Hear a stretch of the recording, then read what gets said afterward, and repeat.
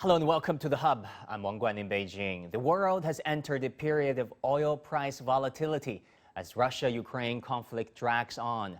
Prices have soared following the U.S. ban on Russian energy imports, even though the recent Ukraine talks have somehow eased the pressure, sending prices slightly down. Now, to understand why geopolitical events add to asset volatility and how the Russia-Ukraine conflict affects global energy security, I'm joined today in Beijing by Zhang Jianyu, Executive Director at BRI Green Development Institute, and from Helsinki, Finland, by Lauri Myllyvirta, Lead Analyst and Co-founder of the Center for Research on Energy and Clean Air. Welcome to The Hub, gentlemen. So, Director Zhang, let me go to you first. Russia is the world's third biggest producer and the largest oil products exporter, and global energy prices have gone through the roof following the U.S. sanctions and bans. Some analysts argue that in the long run, it could trigger a supply shock equivalent to the 1979 oil crisis. Do you share that doomsday prediction? Actually, I do not. If you look at the history, I think we arguably had two crises in the past. One was during the early 1970s. One was during the later part of the 1970s. And the challenge was then mostly from the Middle East, which by then accounted for about more than 50% of the global supply.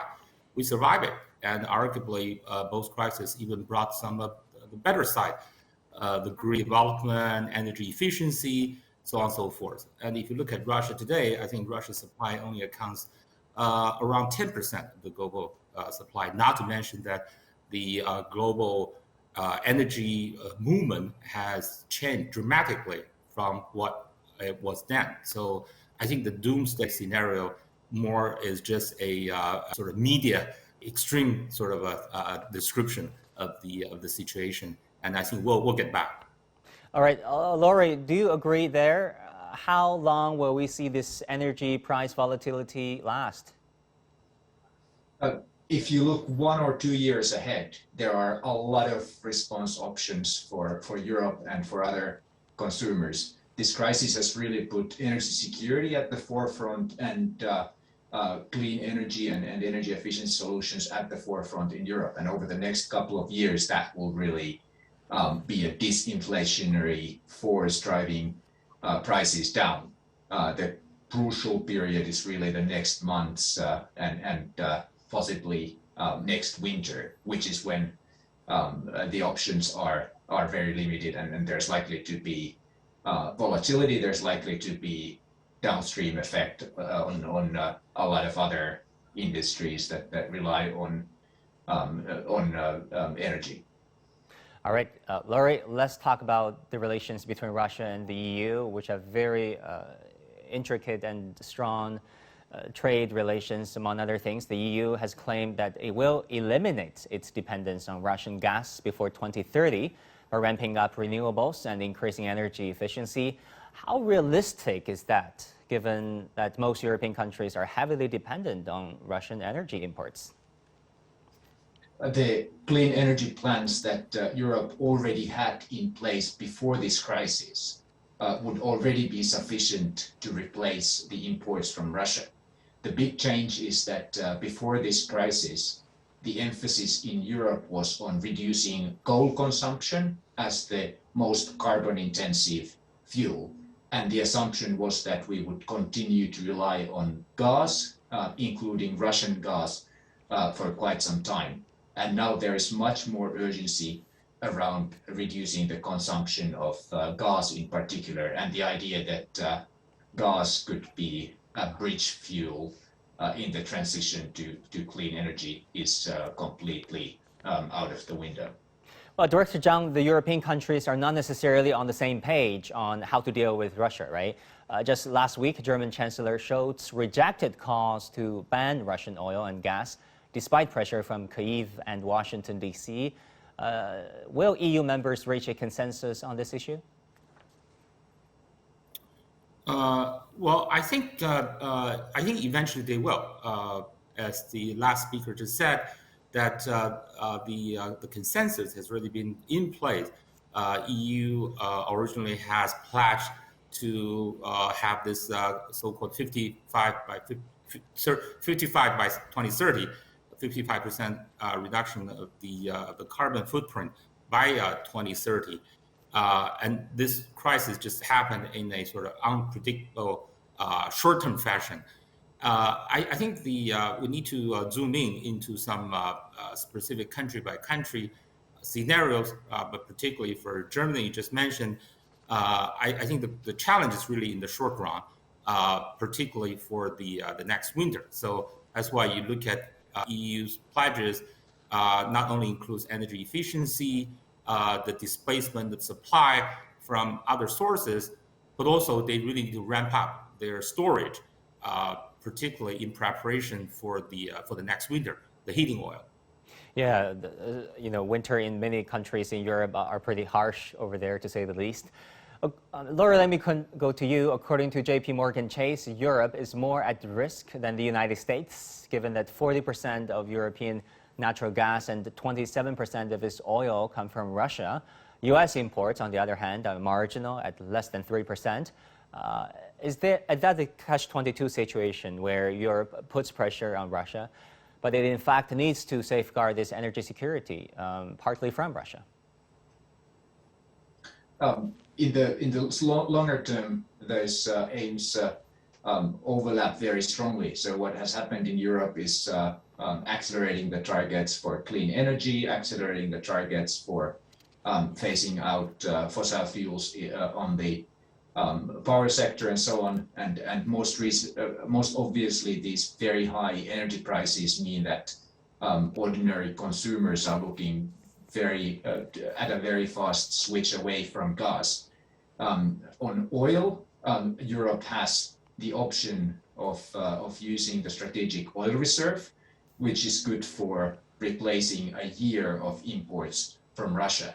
The big fear is what happens if Russia cuts off the supply of gas to Europe. And in that case, it would really mean things like, of course, bringing as much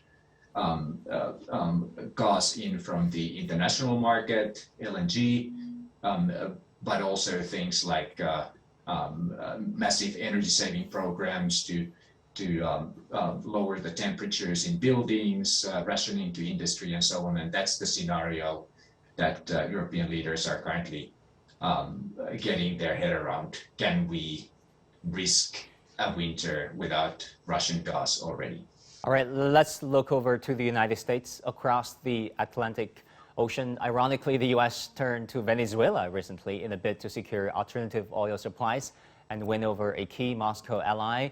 That, of course, sparked a political backlash at home in the United States, and the U.S. have now backtracked. Lauri, what game do you think Washington is playing? And is the Biden administration getting desperate about securing energy supplies? Everyone knows that the price of gasoline and price of oil in the U.S. is a huge political factor. So you would expect the administration to do whatever it can to smooth over the spike in prices, and of course not wanting to be seen as giving up on key foreign policy objectives at the same time. So that's a very hard conundrum to tackle. My focus, my hope is that after these attempts to unlock more supply immediately, the focus would be more on oil, only using the strategic oil reserve to cushion the immediate shock, and then having a plan to reduce oil demand over in a crash plan, so that we can already replace the lost supply by relying more on electric vehicles, and on behavioral shift away from cars, even in the next months and years. Well, Director Zhang, the Biden administration is selling the plan to sanction Russia as doing the good thing, doing the right thing, despite oil price surges. Do you think, Biden will have the political capital to deal with persistent or prolonged oil price hikes, given the political reality at home in the United States? Well, midterm election is around the corner, and I think that certainly is going to be something that the Biden administration really needs to factor in. While the price of gasoline goes up top of the roof. We all know U.S. is a very polarized society right now, and there are different fractions within the society, different fractions within the Congress that the Biden administration need to persuade in order to move forward with the other political agenda.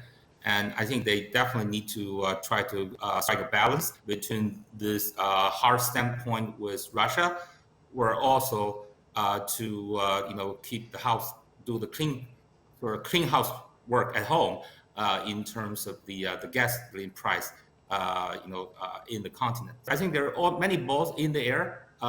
It's a hard game to play. Lauri, data shows that the world gets around 80% of its primary energy supply from fossil fuels and 3% from renewable sources. Will the Russia-Ukraine conflict accelerate or derail the green energy transition? The sky-high fossil fuel prices mean that all kinds of clean energy solutions, those that were already competitive before the crisis, wind and solar and so on, but also things that used to be marginal, such as renewable methane, biogas production and so on, are very highly profitable. So I think the only clear thing is that we will see accelerated investment in clean energy, and that's going to change the landscape in the future. The challenge is big to replace fossil fuels, but it isn't really as big as suggested by the numbers, because when you replace fossil fuel consumption with electricity, you get several units of fossil fuels replaced with 1 unit of electricity. Heat pumps, electric vehicles, and so on are far more efficient than gas boilers and gasoline-driven vehicles. Yeah, we'll keep an eye on the latest situation in Ukraine and also its ripple effects on energy and the world economy. Thanks so much, Director Zhang Jianyu and Mr. Lauri Myllyvirta. Thank you both for joining us on Hub on CGTN.